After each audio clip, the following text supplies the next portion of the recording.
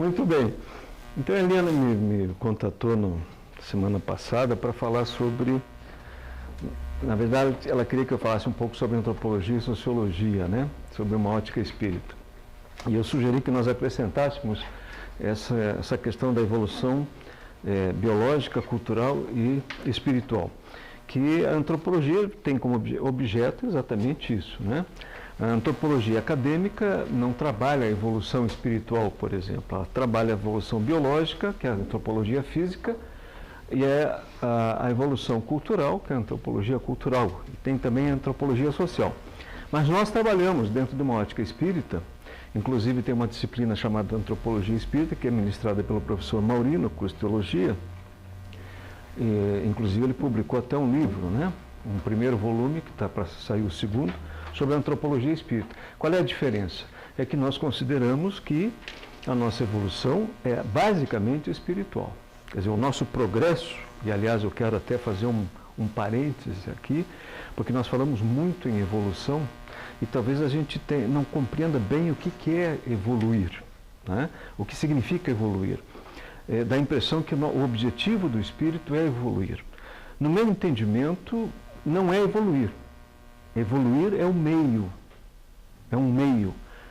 Nós evoluímos para algum sentido ou para algum objetivo. Então, esse objetivo, esse sentido, que pode ser o objeto da antropologia, pelo menos da antropologia espírita, né? Então, vejam, por que eu estou dizendo isso? Primeiro, nós temos que partir de algumas premissas. Primeiro, né, nós temos que compreender o seguinte: o espírito é uma totalidade aberta, desde o princípio. Quando eu digo desde o princípio, é desde o momento que nós fomos criados.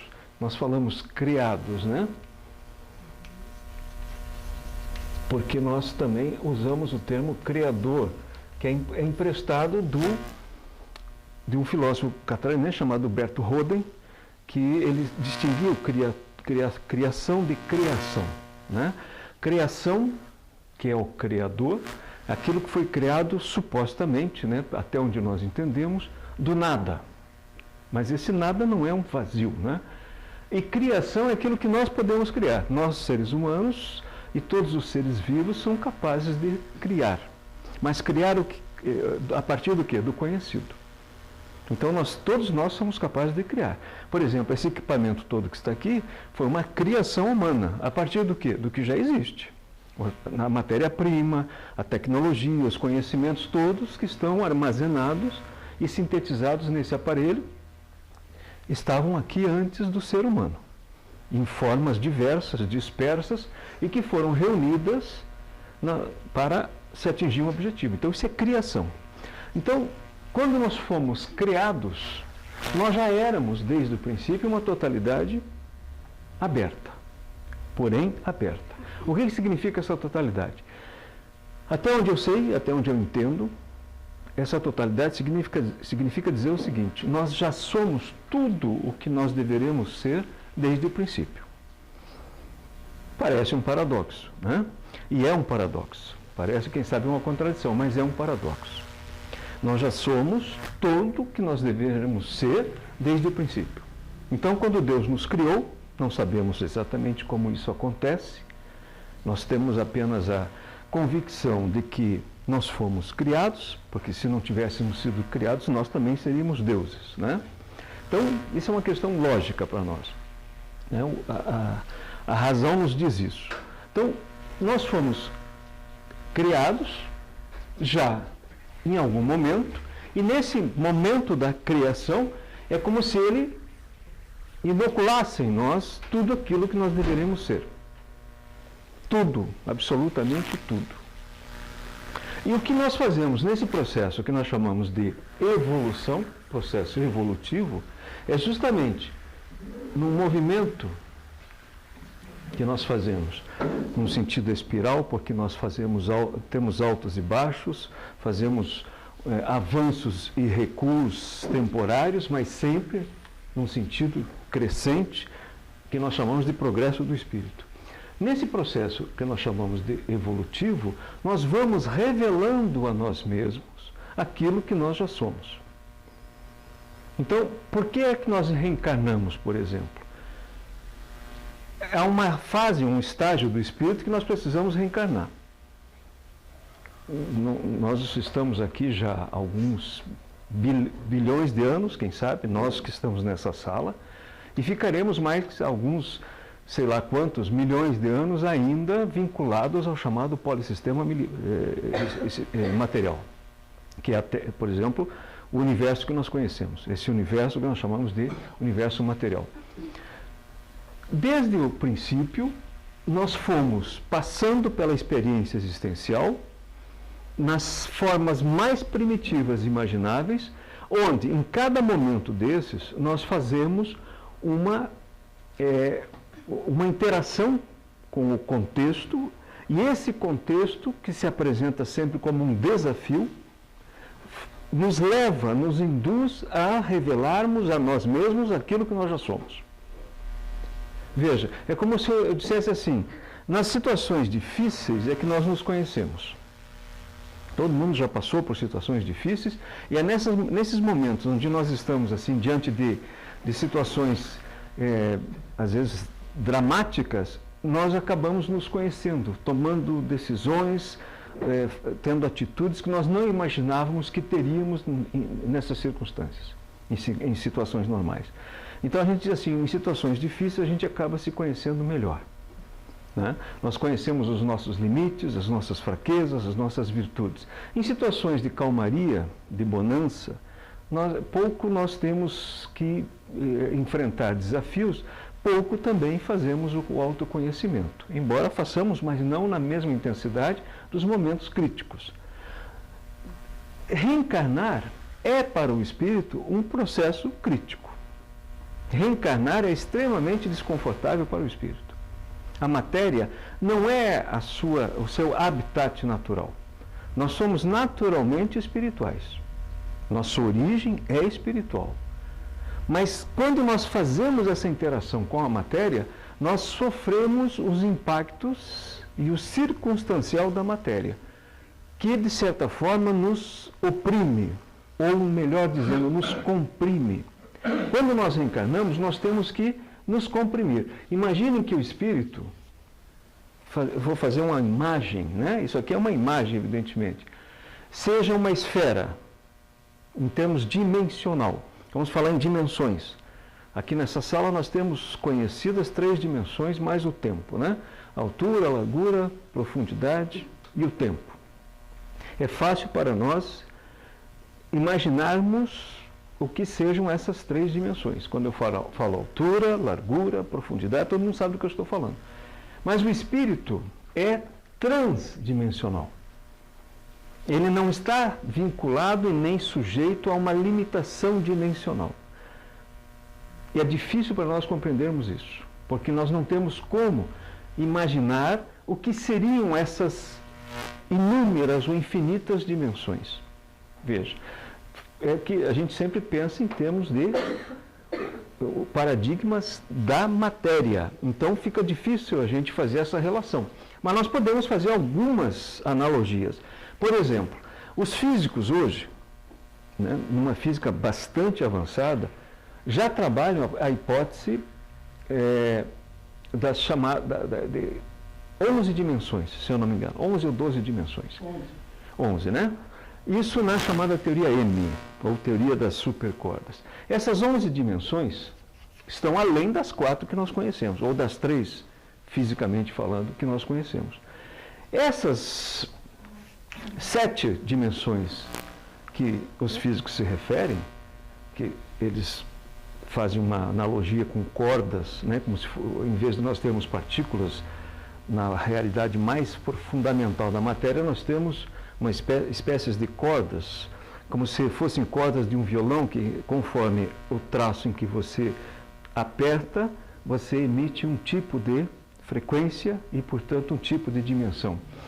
Nós não conseguimos imaginar o que seriam essas 7 dimensões, não está no nosso imaginário.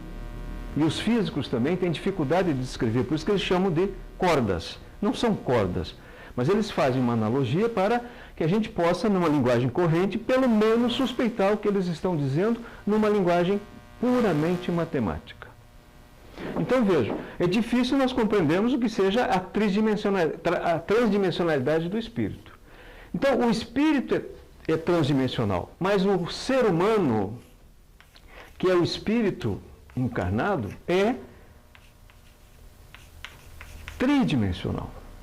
Então veja, imagine, fazendo uma analogia, evidentemente geométrica, o espírito como uma esfera tendo que se compor dentro de um cubo. Imagine que isso aqui seja uma bexiga, né, um balão desses de festa, e que você tem que colocar dentro do cubo. Você tem que espremer de tal forma que esse balão possa se compor dentro desse cubo. Então isso significa comprimir o balão, né? Que, nos referindo ao espírito, é a mesma coisa que comprimir o espírito. Nós nos comprimimos aqui. E passamos a ver o mundo pelo que nós chamamos de 5 sentidos da matéria. Os olhos, os ouvidos, o nariz, a boca, o tato. E passamos a fazer interação com o mundo através desses 5 sentidos. Isso não significa que nós estamos impedidos de fazer uma comunicação transdimensional. Tanto é que nós, mesmo encarnados, limitados pela tridimensionalidade da matéria, até certo ponto, nós somos ainda capazes de ter intuições. Todos nós. Quem já não teve intuição? Todo mundo já teve, em alguma circunstância teve. Aquele telefonema que você atende e quando a pessoa se manifesta, você sabe, eu sabia que você ia ligar. Quer dizer, você já tinha antecipado aquela situação, uma espécie de déjà vu, como se diz, que significa que você recebeu a informação antecipadamente ao fato. É uma espécie de premonição ou precognição. Isso é muito comum nas nossas vidas. Todos nós passamos por isso. Quem vive aqui já passou por isso. Às vezes não presta atenção, não faz o processamento dessa informação. Mas quando eu falo que nós recebemos essa informação, ela entrou por onde? Porque eu estou falando com vocês, vocês estão me vendo pelos olhos, me ouvindo pelos ouvidos. Mas a intuição, ou a precognição, ou premonição, elas entram por onde? Não é nem pelos olhos, nem pelos ouvidos, nem pelo nariz, nem pela boca, nem pelo tato. Porque ela não é, por exemplo, o acontecimento que está sendo intuído não necessariamente está no mesmo espaço. Aliás, raramente está no mesmo espaço. Às vezes está em pontos distantes da Terra. Às vezes são de pessoas que estão do outro lado do planeta, ligadas a nós. E isso é muito comum. É comum, por exemplo, você ter um mal-estar súbito num determinado momento, como este, e não saber ligar uma coisa com a outra. Qual a causa desse mal-estar súbito? E ele está ligado a um acontecimento, por exemplo, no Oriente Médio, onde um atentado ceifou a vida de algumas pessoas, e algumas delas, ou algum daqueles indivíduos, é ligado espiritualmente a você. Naquele instante você recebe o impacto simultaneamente, numa comunicação atemporal e transespacial. Portanto, uma comunicação que não está sujeita a tempo e nem espaço. Quer dizer, não tem uma duração do emissor ao receptor e não tem um deslocamento que deva percorrer todos os pontos intermediários entre o emissor e o receptor. Então, isso é algo que é da natureza da transdimensionalidade do espírito. Então, veja, não é fácil para nós reencarnarmos. Quando nós fazemos essa compressão, esse desconforto vai fazer com que nós, a todo momento, intuitivamente, desejemos fazer a descompressão. E se nós olharmos para a história da vida na Terra, foi exatamente isso que nós fizemos. Nós estamos aqui, pelo menos, há uns 4 bilhões de anos. Pelo menos. A Terra tem 4,6 bilhões de anos que ela se formou, desde o momento que ela se formou. Quem é que formou a Terra? Se a gente perguntar para os físicos, o que eles vão dizer? Tem alguém que é físico aqui? É da área? Através da força gravitacional você aglutinou a poeira fora. Você quem? Gostei do É uma boa pergunta.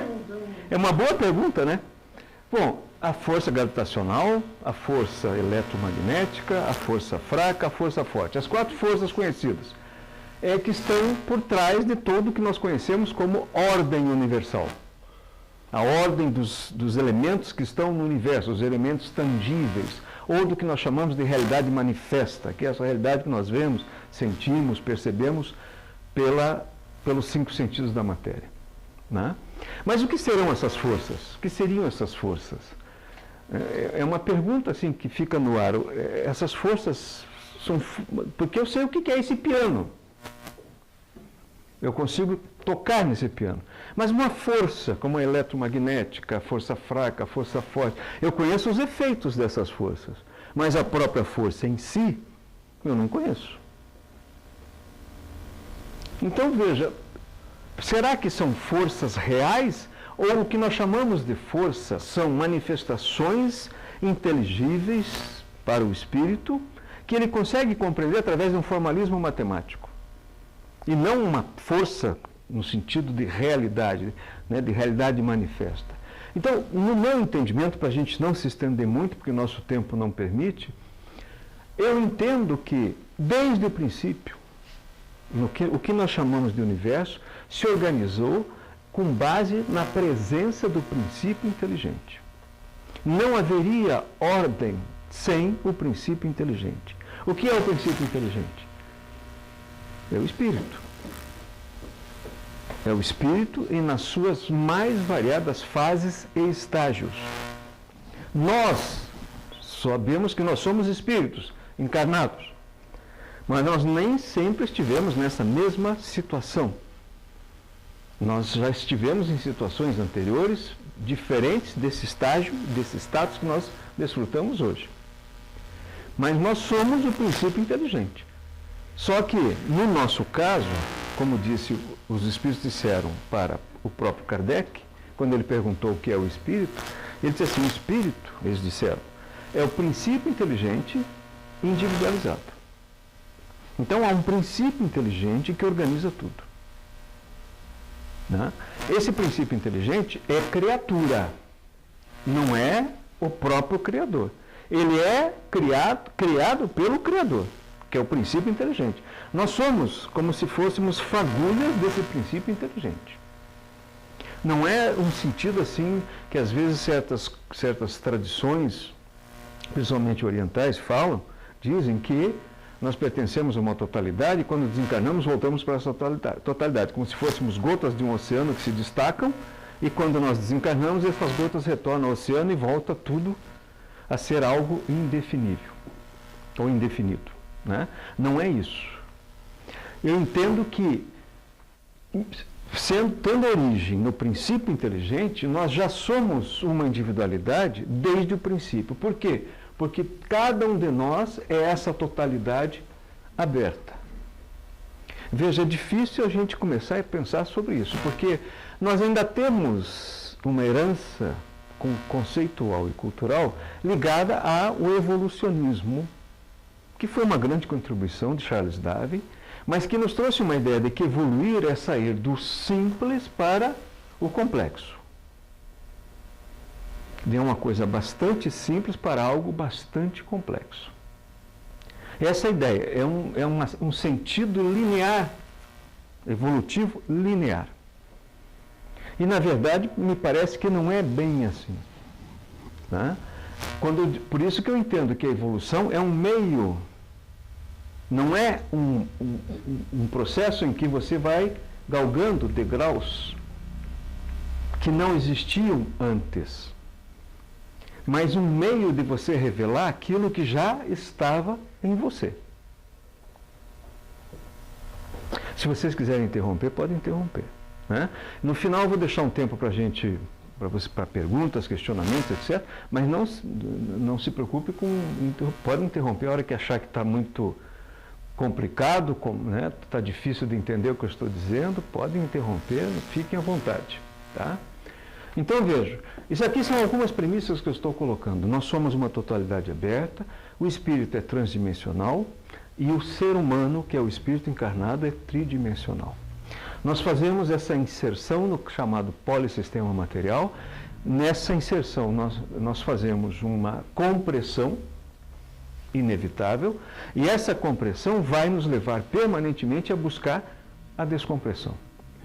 Então vejamos, se nós estamos aqui há mais ou menos, vamos dizer assim, 4 bilhões de anos. Veja, eu falei sobre como se formou a Terra, como se formou o sistema solar, etc. Eu estou dizendo que não se formaria sem a presença do princípio inteligente. Voltando ao que eu estava dizendo. Porque é o princípio inteligente que põe ordem no caos. O universo está sujeito a um princípio chamado princípio entrópico. Ou seja, tudo no universo, dito em termos simples, tende a se desorganizar. Tudo caminha para uma desordem permanente. Não é desordem numa lata de lixo, não é isso. Você olha para a lata de lixo, está aquela bagunça, não é isso. É uma desordem que está permanentemente se expressando. E o espírito, ou o princípio inteligente, para fazer a sua autoexpressão no polissistema material, ele tem que pavimentar o seu caminho, por assim dizer. E pavimentar o seu caminho significa dar ordem a essa dispersão. Por exemplo, quando nós reencarnamos, no momento da fecundação, dois, como é que chama? Gametas se juntaram para que nós nascêssemos. Naquele momento da fecundação, nós já nos ligamos ao corpo que deverá ser formado, né? Ele começa com 2 células, 4, 8, 16 e vai, até chegar nessa composição. De onde é que saiu todo o material que nós temos que nós necessitamos para construir essa casa, essa morada do espírito que é o corpo biológico? Onde é que estava o material? A matéria-prima para o nosso corpo. Onde é que estava? No universo. No universo. O que você falou? No DNA. No DNA? O DNA já é depois, né? É na própria Terra. Os próprios átomos que formam a Terra é que dão... E aí, e de onde é que vieram os átomos que formam a Terra, e assim vai, né? O que eu quero dizer com isso? Estava tudo disperso, numa desordem, num sentido de complexidade, não é num sentido de bagunça, numa desordem. Para o espírito se organizar aqui e fazer a sua autoexpressão, ele tem que organizar o seu corpo físico. Para organizar o seu corpo biológico, ele vai o quê? Vai conter aquilo que estava disperso e formar a sua casa. É isso que nós fazemos. O nosso corpo é um espaço contido da Terra. Tudo que nós precisamos para fazer esse corpo biológico estava na Terra, nas mais variadas formas. É o oxigênio, são os sais minerais, né? Tudo que está na Terra, que num primeiro momento vem através da mãe, nos primeiros 9 meses, e quando nós nascemos, passamos a receber do exterior diretamente, né? Depois que a gente termina a amamentação, essas coisas, passamos a receber diretamente do exterior. Mas esse exterior são insumos que vão permitir que eu coloque ou objetive aquilo que eu já sou. É como um pinhão. Quando você olha para o pinhão, mês que vem começa, né?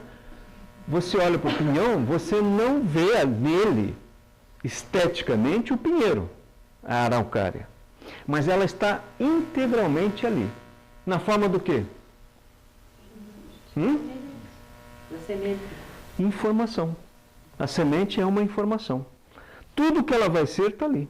O tempo que ela vai viver, tudo está ali. O que é que vai revelar essa informação? O que vai permitir que ela se objetive, que ela se materialize, por assim dizer? É justamente essa interação inteligente que vai absorver insumos da natureza para realizar o que ela já é. se nós formos ao extremo, no limite, nós vamos descobrir que tudo é informação. Tudo é informação. Tudo que nós conhecemos, tudo que já existiu e que existirá, tem origem em informação. A informação que organiza o ambiente de acordo com alguns desígnios. Esses desígnios não é no sentido de destino. Não é no sentido de destino. É desígnio, por exemplo, eu reencarnei, eu tenho um objetivo reencarnatório. Quando eu faço essa interação com a matéria, esse objetivo reencarnatório vai, através de registros informacionais reencarnatórios, dar uma direção para onde eu devo ir e como eu devo ir. Então, toda essa informação que eu trago comigo é como se eu reencarnei, eu trago um pendrive com toda essa informação e passo essas informações para aquele corpo biológico. Então, ele está carregado com a informação. Agora, ele vai materializar essa informação através dessa interação com os insumos do polissistema material. Pelo menos é assim que eu vejo o processo reencarnatório, né?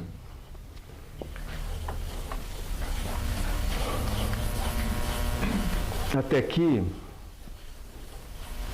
tudo bem? Podemos continuar? Diga. Uma pergunta, não sei se é pertinente nesse momento, se quiser deixar para o final, porque daí assim, se todos estávamos aqui desde o início num processo evolutivo para o progresso desse espírito, por que a gente tem essa diferenciação assim, de espírito jovem e de espírito antigo? Como é que se dá para isso? Bom, em primeiro lugar, nós sabemos que o Criador nunca ficou inativo. Ele está sempre criando, né? Neste momento, veja, a Terra, há 3 bilhões e meio de anos atrás, portanto, 1 bilhão de anos depois que a Terra se formou, nós temos os primeiros vestígios de seres vivos. Não sei se éramos nós, esses primeiros, né?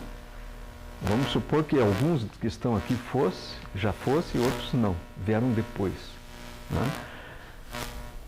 Eram unicelulares, organismos unicelulares não nucleados. Eram extremamente, do ponto, assim, não gosto dessa palavra, mas simples em relação às células nucleadas, que são chamados procariotes. São os primeiros vestígios de vida na Terra. Não é isso? Né? Você que é da área, né?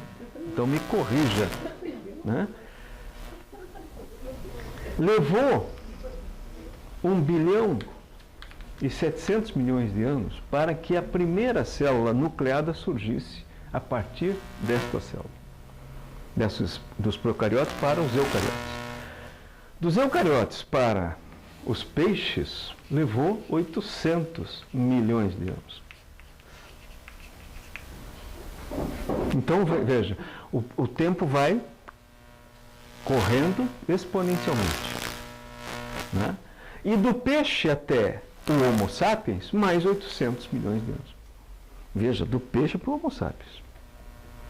Que os animais aquáticos são os primeiros, depois vem os anfíbios, e até chegar os mamíferos, etc., até chegar a nós. Então, vejam, nesse processo todo, quem já estava aqui, quem sabe está no estágio Homo sapiens. Hein? Não. Como? Nós já passamos pelo estágio. Porque, veja, existe uma síntese oriental, que foi emprestada por Leon Denis que cita, né? Que diz assim, o espírito, ou o princípio inteligente, nasce na pedra, respira nas plantas, move-se no animal e pensa no homem. É uma metáfora, evidentemente, mas que revela que o nosso trânsito é muito longo. A nossa trajetória é muito longa. Eu estou começando aqui já nos elementos biológicos, orgânicos, mas nós já estivemos ligados aos inorgânicos. Quando eu disse como é que se formou a Terra, eu estou falando dos inorgânicos. Porque, veja, para formar um átomo, você tem que ter um núcleo e tem que ter elétrons em volta, né? Esse núcleo é composto por prótons e nêutrons. e em volta estão os elétrons. Existe uma relação matemática entre a massa do nêutron e a massa do elétron que são idênticas em qualquer lugar do universo. É a mesma proporção. Se essa proporção fosse alterada, fosse um bilionésimo de grama mais pesado ou mais leve um que o outro, o átomo não se formaria. Da mesma coisa o universo. O universo supõe-se que começou de um ponto de concentração, que chama de Big Bang, mas não é uma explosão. Hoje, talvez o grande avanço que se teve nesse último século, final desse último século, não são os astros que estão se expandindo, é o espaço que está se dilatando. Então, na medida que o espaço vai se dilatando, tudo que está nele vai se distanciando uns dos outros simultaneamente. Não sei se vocês estão entendendo. É como se tivesse uma bexiga vazia, você enche de pontinho com uma caneta e aí começa a inflar. Não são os pontinhos que estão se deslocando, é o espaço que seria a própria bexiga que está inflando, né? Então, veja, essa expansão, ela tem uma taxa de expansão. Podemos dizer assim, tantos metros por segundo. Então, é uma expansão média. Se essa expansão, pelo menos primordial, lá nos 10 elevado a menos 43 segundos, logo depois, digamos, do que eles chamam de Big Bang, se tivesse sido um bilionésimo mais rápido ou um bilionésimo de segundo mais lenta, o universo não teria se formado.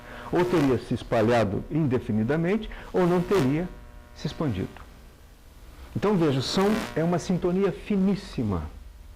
É uma afinação perfeita, que qualquer desvio, por ínfimo que seja, por infinitesimal que seja, inviabilizaria tudo que nós conhecemos. Nós não estaríamos aqui. Então, não dá para dizer que isso é obra do tal do acaso. Né? Como eu já tive a oportunidade de dizer, e até escrever sobre isso, se o acaso está, como certos cientistas dizem, uma corrente de cientistas atribuem ao acaso que não há um propósito, que tudo é obra do acaso, que a vida é acidental, etc. Se for obra do acaso, tudo isso que eu estou dizendo a vocês me sugere o seguinte: o acaso é extremamente inteligente. Esse tal de acaso. Então é só uma questão de nomenclatura, de denominação. O que chamam de acaso, nós chamamos de Criador. Né? Porque nada sugere o contrário. Isso é absolutamente inteligente, porque as proporções todas estão milimetricamente colocadas. De tal forma que, desde o princípio, tudo concorreu para que nós estivéssemos aqui. Tá, mas a gente já foi peixe? Já passamos pelo estágio do peixe como indivíduo. Veja. Não. Você tem alguma preferência? Preferia um salmão, né? Na gestação nós passamos. Hein? Na gestação nós passamos. Começamos como seres unicelulares, e aí se você for acompanhando o desenvolvimento fetal de todas as espécies, elas passam até o segundo, terceiro mês, não exatamente iguais. Aí que você começa. Se você pegar o embrião de um peixe e o embrião humano... Tudo bem, mas o desenho era nascer um ser humano. Agora eu não consigo, no raciocínio, imaginar que um peixe pode se tornar um ser humano. Não é o peixe que vai se tornar um ser humano. É o espírito ou o princípio inteligente que passou pelaquela experiência e que vai se transformar num ser humano. Né? Veja. Se nós ainda temos esses seres, são outros espíritos mais novos, como Sim, ela perguntou. mais jovens que nós. Mais antigos e mais... Isso. Por isso que a gente pode dizer assim, que existem espíritos nas mais variadas idades aqui na Terra. Né?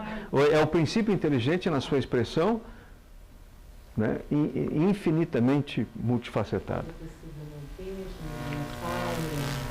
Veja, Pega os dinossauros, por exemplo. Os dinossauros foram extintos há 65 milhões de anos atrás, por uma catástrofe natural, né, que foi, segundo se sabe até hoje, até prova em contrário, um choque de um meteoro gigantesco que se chocou com a Terra e provocou uma grande onda de choque que escureceu o céu por muitos anos.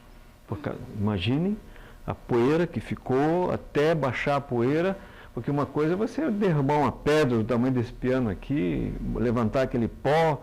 Agora imagine uma pedra enorme de alguns quilômetros de diâmetro, batendo na Terra e todas as consequências advindas daí.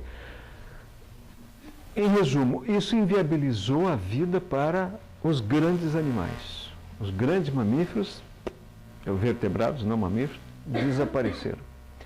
Permaneceram só insetos e pequenos roedores. Né?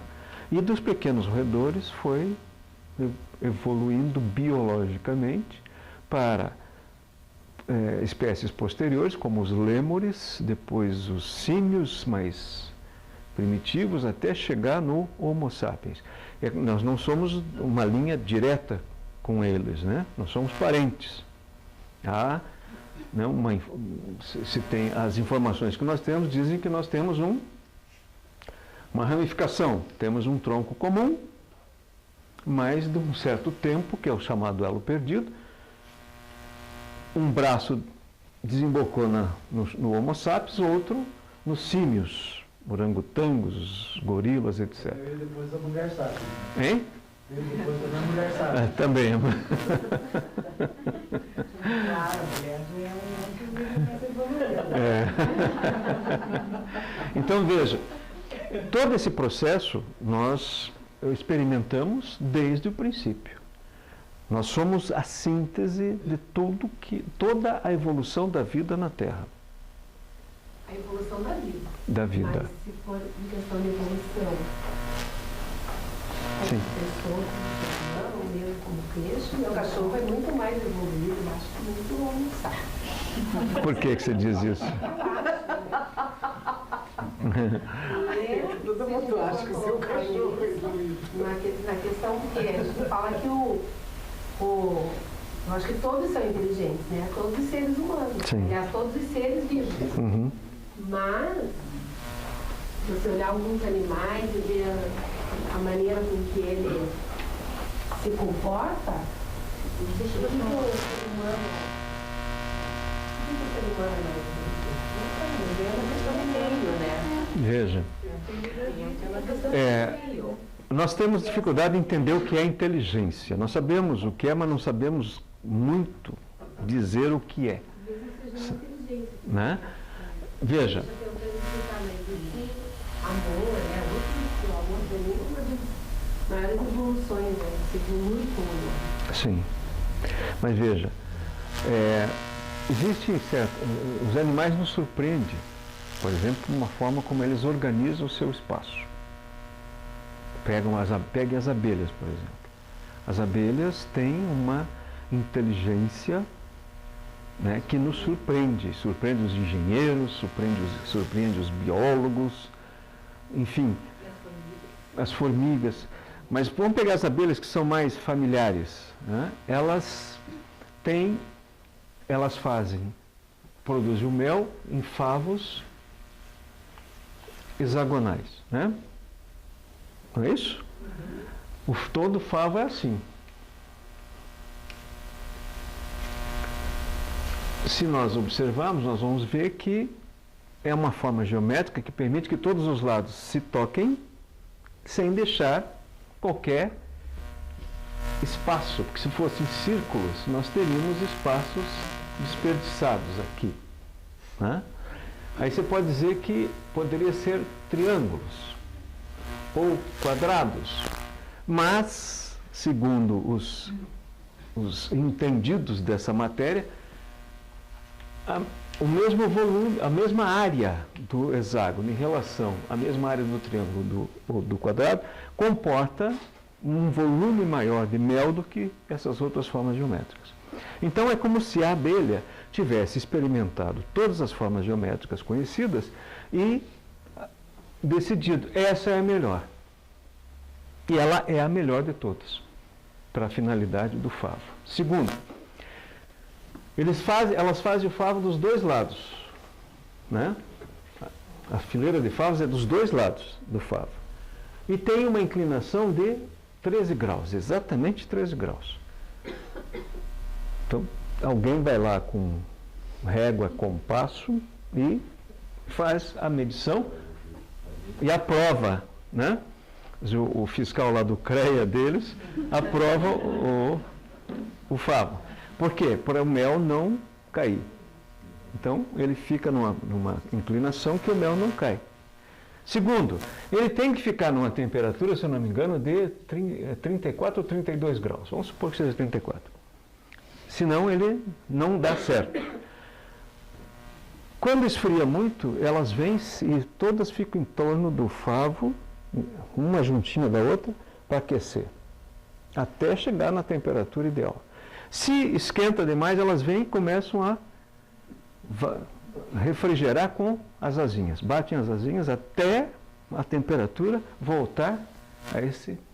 Então veja, elas não têm os mesmos instrumentos que nós temos. Nós temos termômetros, né? Nós temos uma série de equipamentos que fazem esses controles. Elas não têm. Mas elas sabem exatamente quando têm que agir. Então você poderia dizer, elas não precisaram de toda essa parafernália, elas não precisaram do smartphone, não precisaram de nada para fazer isso. Isso se chama inteligibilidade. Ou seja, o que é a inteligibilidade? A expressão de da presença do princípio inteligente em todo o universo. Por isso que tudo é inteligente. Tudo é inteligente. Até as pedras. Puxa, parece um absurdo, mas é. Isso se chama inteligibilidade, que é a expressão do princípio inteligente em todo o universo. Eu estou falando do universo porque é o universo que nós estamos vivendo. Ele não é o limite, né? Mas vamos ficar no universo. A inteligência humana, no meu entendimento, nada mais é do que um caso particular da inteligibilidade geral, universal. Assim como o espírito, por exemplo, o que é o livre-arbítrio?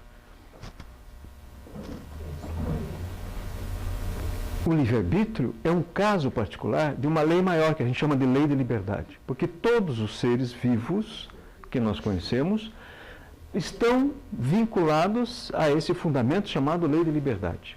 Porque todos os seres irão organizar o seu espaço para garantir o seu espaço mínimo de liberdade. Ser livre para ser. Alcançar a liberdade para ser.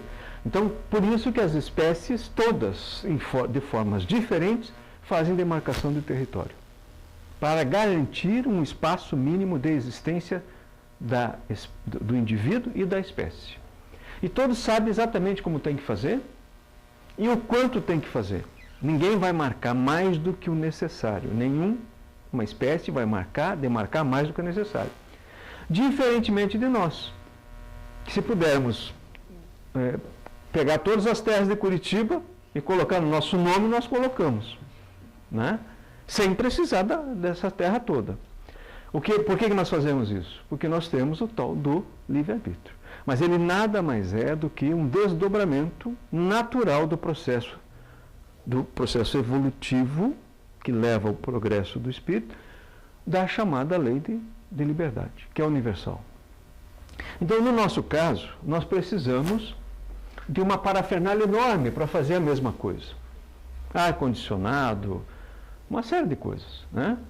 E para chegar no ar-condicionado foi necessário fazer a descoberta da eletricidade, da mecânica, juntar essas duas coisas, e hoje até da eletrônica e da tecnologia da informação, para termos o tal do ar-condicionado, que liga, desliga, etc., né?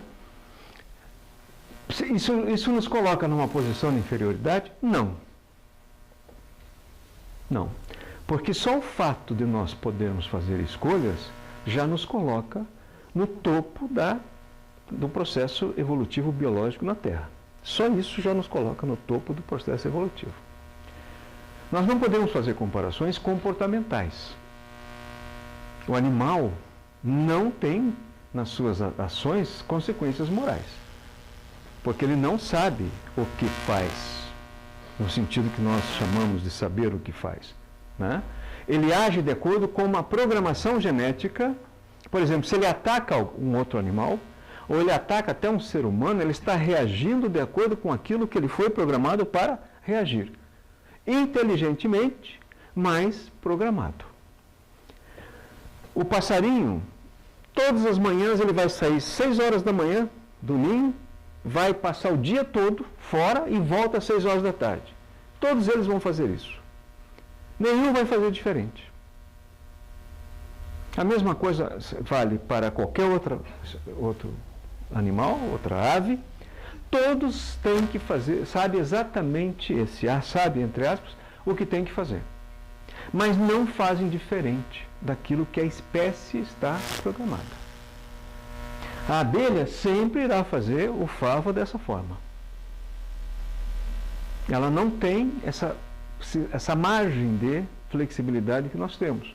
Nós temos construções as mais variadas possíveis. Hein? Qualquer lugar do mundo vai fazer igual. A abelha, sim, em qualquer parte vai fazer igual. Então ela tem uma programação genética, mas que é inteligente, porque veja, essa programação genética, ela escolhe exatamente a figura geométrica perfeita para os seus objetivos, para fazer o quê? A manutenção da vida. Diga. Não, só para complementar, até fazendo o link que você falou, que na verdade isso é unido, cada ser vem com uma quantidade de informação.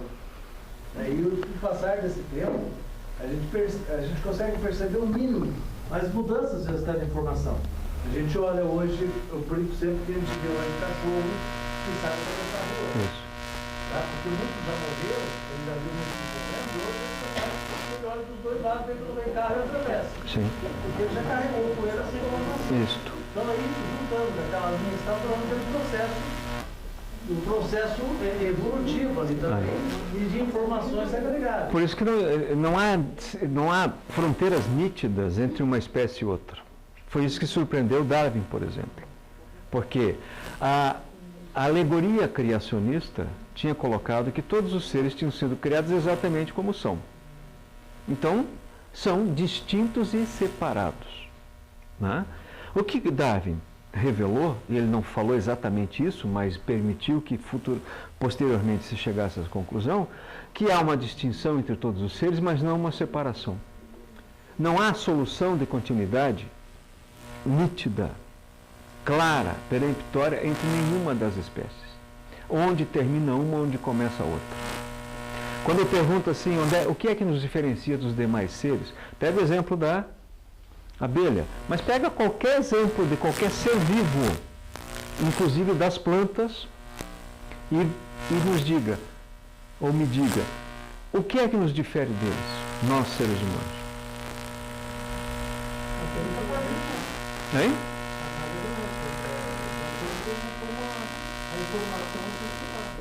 Não sei se a carga genética, né? Você pode colocar nesses termos, mas basicamente é o livre-arbítrio.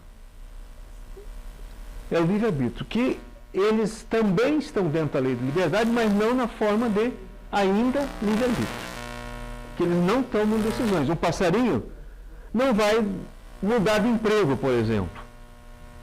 Ele vai fazer outra coisa. Ele vai fazer o que a galinha faz, vai morar lá no galinheiro, pôr ovo, etc. Não vai fazer isso. Ele vai fazer exatamente o que ele tem que fazer.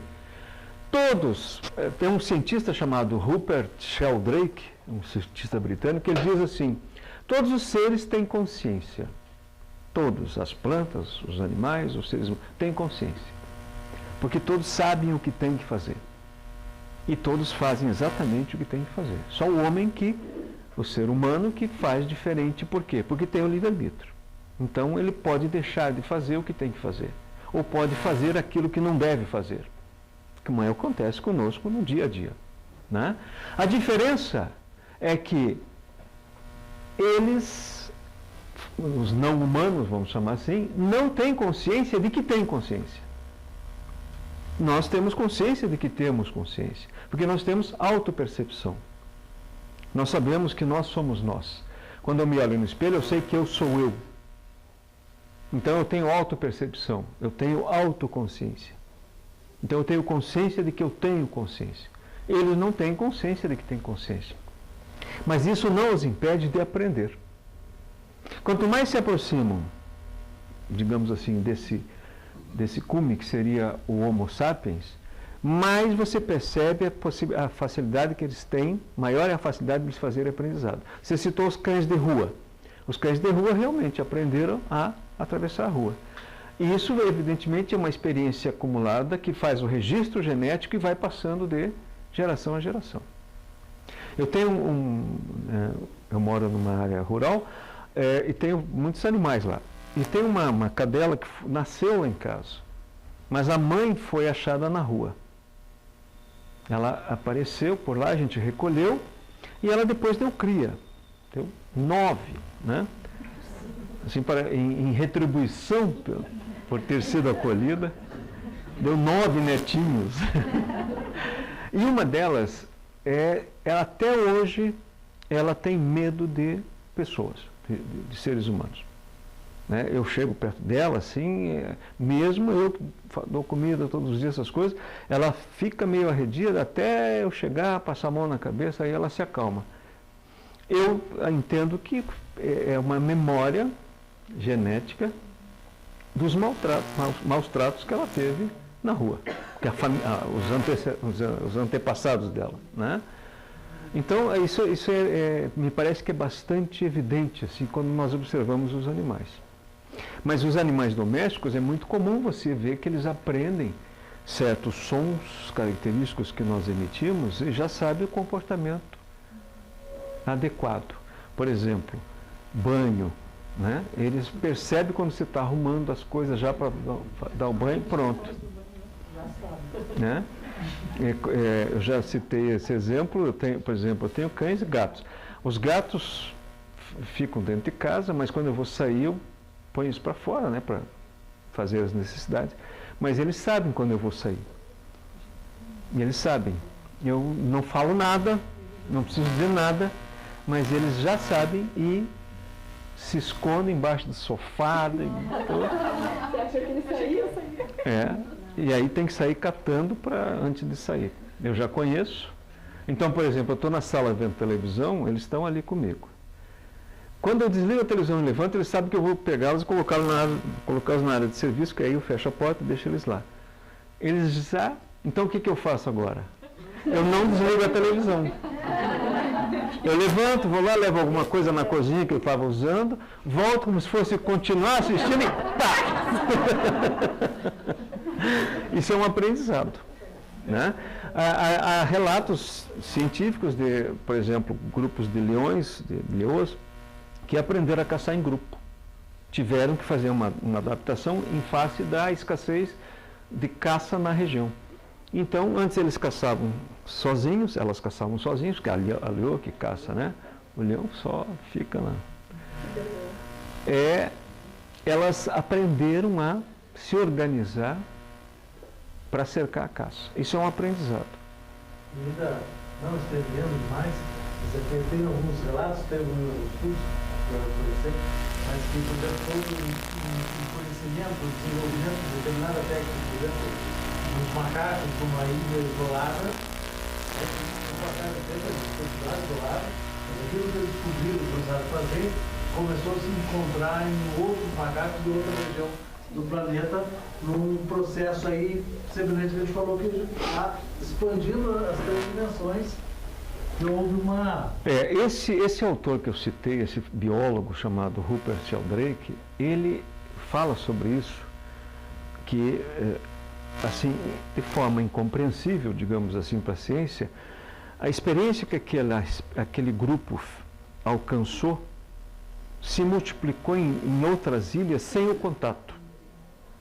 Começaram, por exemplo, tem uma ilha que eles comiam lá um tipo de um coquinho, alguma coisa assim, os símios, e derrubaram na água e perceberam que o sal da água deixava mais gostoso. E começaram a molhar o coquinho antes de comer. Mas aí foi descoberto que nas outras ilhas também começaram a fazer a mesma coisa, não, sem haver o contato, né? Esse autor chama de ressonância mórfica. Como é que a informação se espalha? Não é consciente coletivo como nome. Pode ser chamado, né, como é que o Jung chama? O Carl Jung, não, inconsciente, mas ele chama de, agora me fugiu o nome, mas é como se fosse um extra mental que está vinculando todo mundo. E eu acredito que seja alguma coisa parecida com o tal do extra mental, né? Mas isso foi comprovado, foi demonstrado, né, por pesquisas, né, essas evidências estão registradas. Então, nós temos muita coisa para descobrir, né? Mas o interessante é nós começarmos a pensar no processo, né, evolutivo como adaptação, biológico, isso para não falar nos anteriores, né? Cultural, porque depois de um certo estágio, quando nós chegamos aqui, nós estamos falando exatamente disso. O que são esses aprendizados, se não uma espécie de protocultura? Protocultura. Porque você começa a transmitir de geração para geração uma novidade. Não vou dizer que o cão que atravessa a rua já é uma cultura, não é isso não. Mas em animais mais próximos da nossa composição, como os símios, nós já percebemos que eles começam a manipular ferramentas rudimentares, como, por exemplo, uma pedra que eles perceberam, por exemplo, que uma determinada pedra, o formato de uma pedra, é melhor do que outro para quebrar o coquinho.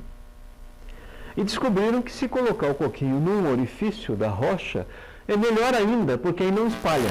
Ele quebra e fica contido. Quando ele fez esse aprendizado, ele passou a carregar essa ferramenta para onde fosse. Então, já não é mais uma pedra qualquer do ambiente, já é uma ferramenta. Ela já adquiriu forma, significado, uso e função diferentes. Forma, significado, uso e função diferentes. Aliás, nessa questão da forma, significado, uso e função, fazendo um parênteses, você está controlando o horário aí? Que eu não... Quer dizer, 20 para as 10, né?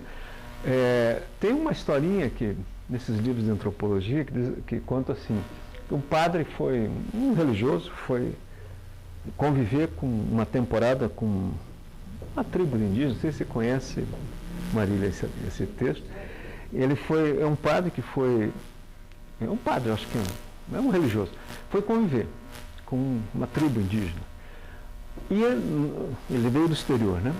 E numa dos aeroportos ele comprou um relógio muito bonito, ele achou um relógio muito bonito, assim, muito vistoso e tal, e comprou o relógio. No tempo que relógio era uma coisa assim, um objeto de desejo, né? Quando a gente ganhava o primeiro relógio, quando era criança, era o supra-sumo.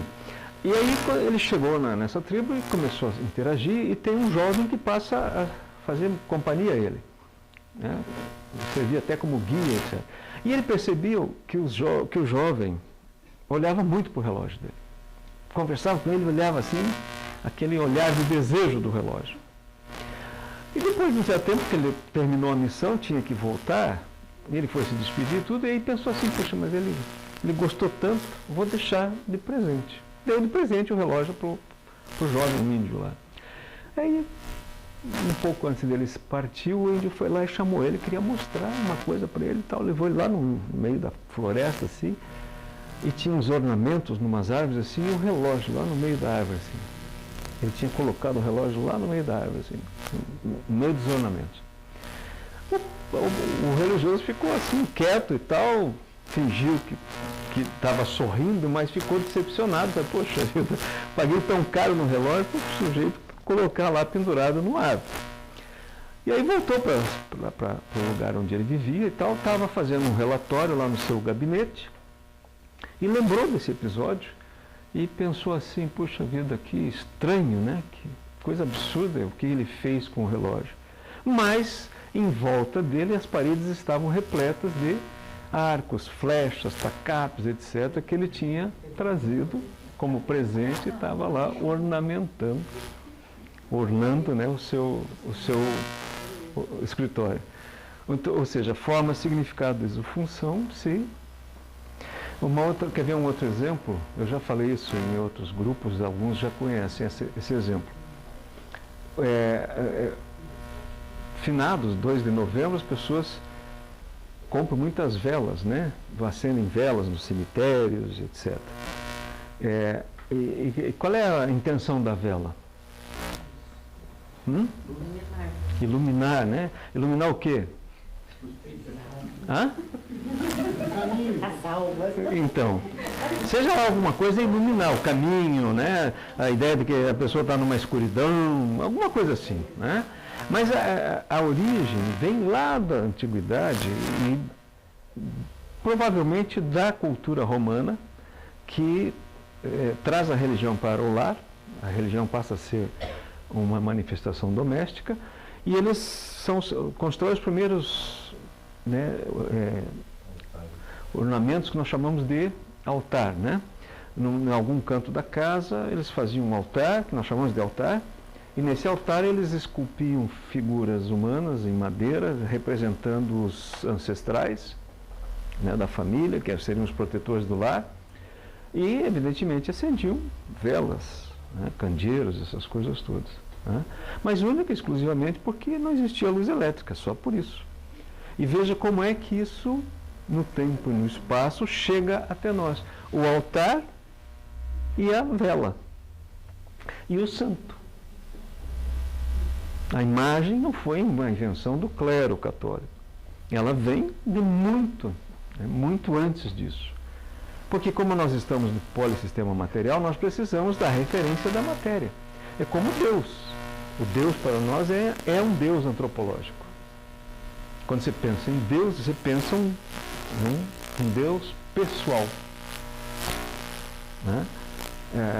A questão é você confundir esse Deus pessoal com uma realidade objetiva, né?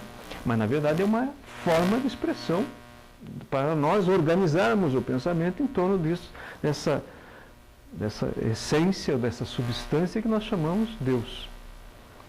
Mas é uma forma que nós temos de organizar o pensamento. Então, isso veio até nós, né? Toda essa história da humanidade, assim como toda essa trajetória que anterior ao humano está em nós, essa cultura também está em nós, integralmente. As casas espíritas se organizam da forma como se organizam justamente em face dessa expectativa. Quando as pessoas vêm aqui, elas entram lá, pegam a ficha, vêm à noite aqui, entram no salão e já começam a fazer uma leitura de espaço, buscando o significado, os significantes, os signos. Por exemplo, as pessoas que ficam no corredor, as pessoas que ficam à mesa, começam a fazer leitura. E, evidentemente, às vezes tiram conclusões equivocadas, como já aconteceu. De achar que as pessoas que estão na mesa são a elite, digamos, aqui, aqueles que estão no corredor para fazer o passe são os soldados, né? Não é nada disso, né? Embora até alguns médicos achem que seja assim, né? Eu já contei essa história, teve uma pessoa que fez isso, ela vinha ela começou, passou por tudo, exercício medíocre, foi para o trabalho público e chegava mais cedo e sentava à mesa ao lado da cadeira onde o professor Mauri iria sentar para fazer a abertura do trabalho. Toda semana ela fazia isso. Então ela foi criando uma imagem para o público dentro da sua expectativa, do seu expectativismo, pelo status fundante católico. Existe uma hierarquia, né? Então ali estava o Papa, os cardeais, né? Os bispos e os padres e os diáconos lá no fundo, né? Mais ou menos, eu estou brincando, mas é mais ou menos isso a leitura. E depois de um certo tempo ela desapareceu, não apareceu mais aqui, e ficamos sabendo que ela tinha aberto um centro para ela, né? Então veja, ela veio, fez a leitura, inteligente, evidentemente, né? Criou uma imagem de que ela era uma pessoa importante, né, um médium desenvolvido, como a gente às vezes ouve isso. Isso por quê? Porque essa cultura não pode ser simplesmente negada ou desprezada. Essa é a cultura na qual nós estamos inseridos. O nosso expectativismo, quando chegamos aqui, é que nós vamos ver pessoas que podem nos ajudar e que falam com seres que são superiores a nós e que podem tudo. Podem até operar milagres. Isso está no senso comum. Então, quando nós recepcionamos as pessoas, nós não chegamos assim e começamos assim, olha, apaga tudo que você pensa e agora começa a pensar assim. Não. Nós vamos ao encontro das pessoas, no sentido dialógico, para que ela possa, de per si, fazer uma ressignificação crítica em torno do que é o espiritismo, etc., né? Mas a estética, o layout, tem muito do que era antigamente. Nós temos o gabinete do Hermônio-Cádio, depois tem os confessionários. Tem os gabinetes. Eu estou falando confessionários porque lembra um pouco, mas é claro que forma, significado e função são diferentes. Né? Muito bem. Quando nós chegamos nesse estágio do humano, aconteceram algumas coisas nesses últimos 80 anos, né? Basicamente a partir do final da década de 40. Algumas descobertas importantes fizeram com que nós começássemos a olhar para o sistema vivo de uma forma diferente. Que nós tínhamos uma concepção orgânica, medieval, tudo estava pronto, a ideia criacionista, né, o homem foi o último a ser criado, os outros seres todos foram criados, todos exatamente como nós os encontramos. Isso foi rompido com o Renascimento, depois o Iluminismo, e com a teoria de Darwin, do evolucionismo de Darwin, nós começamos a olhar os sistemas vivos de forma diferente. Mas ainda, evidentemente, colocando numa hierarquia e numa concepção evolucionista linear. Né? Quando nós chegamos no final da primeira metade do século XX, essas descobertas, basicamente 3 grandes descobertas, isso já depois da física quântica e da teoria da relatividade que tinha acontecido no início do século passado, trouxeram algumas evidências que forçaram, por assim dizer, certos segmentos da academia, principalmente no campo da biologia, a olhar diferente para os sistemas vivos. Então, por exemplo, uma das descobertas, ou uma das invenções, das teorias que surgem nesse período, foi em 1949, foi a teoria da informação, que vem sob encomenda do grupo Bell, lá do inventor do telefone. Para resolver um problema, contrataram um cientista chamado Claude Shannon, para resolver um problema de ruído na comunicação. Havia muita perda de dados, isso na época era telégrafo, né? O telefone acho que ainda existia, mas não era tão popularizado como é hoje, né? Hoje nem é mais popularizado, né? Hoje alguns não sabem nem o que é o telefone, né? Ele foi contratado para isso, mas ele levanta em face dessas pesquisas uma nova teoria, a teoria da informação. Que eu não vou entrar em detalhes, até porque é muito difícil. Ele escreve toda ela numa linguagem matemática, assim, insondável para simples mortais como nós, a não ser que seja iniciado nas matemáticas. Mas, em síntese, o que ele revelou? Que o processo comunicacional se compõe basicamente de mensagem, né, de um código que carrega uma mensagem que tem um significado e é significante. Portanto, ela é inteligente e é inteligível. Em síntese, é isso que ele concluiu, né? Ele coloca na sua teoria. Isso leva outras áreas do conhecimento a fazer um cruzamento de códigos e perceber que em todos os sistemas vivos é assim que as coisas acontecem. Então, aquilo que era visto como essencialmente humano ou exclusivamente humano, não era exclusivamente humano, é da própria vida. Porque todos os seres vivos são capazes de se comunicar de uma forma inteligente e inteligível. Portanto, de uma forma complexa. Né? Eu falei das abelhas, por exemplo, as abelhas, quando as batedoras saem em busca dos pomares, que elas saem, tem as batedoras que vão descobrir onde é que tem o néctar, né? Suficiente para produzir o mel. Elas saem e retornam para, né, o local onde estão as outras e fazem uma dança, começam a dançar em cima de alguma coisa, que essa dança forma um ângulo, eu nunca vi, mas quem é apicultor sabe disso, forma um ângulo com a posição do sol e a direção do pomar. E aí todas elas sabem para onde é que tem que voar. Elas não saem a esmo. É uma dança que ela começa a rodopiar, sei lá, alguma coisa assim, e que forma um ângulo, né? O movimento que ela faz forma um ângulo com a posição do sol e a direção do pomar. Então, isso é uma forma de comunicação. Inteligente porque é inteligível. Elas sabem para onde tem que ir. A mesma coisa, eu falei da demarcação do território. Todos os animais, todos os seres vivos fazem demarcação do território. De formas diferentes, mas fazem. Usando algumas assinaturas inconfundíveis, como os feromônios, que são, né, secreções que são inconfundíveis. Por exemplo, eu falei dos cães, eles fazem demarcação pela urina. Por quê? Porque a urina tem o seu feromônio que é único. Quer dizer, o xixi de um cachorro é diferente do outro, como de todos. Só que nós não temos essa habilidade de distinguir. Nós já perdemos essa habilidade. O nosso olfato está contaminado, por assim dizer, de tal forma que a gente não distingue.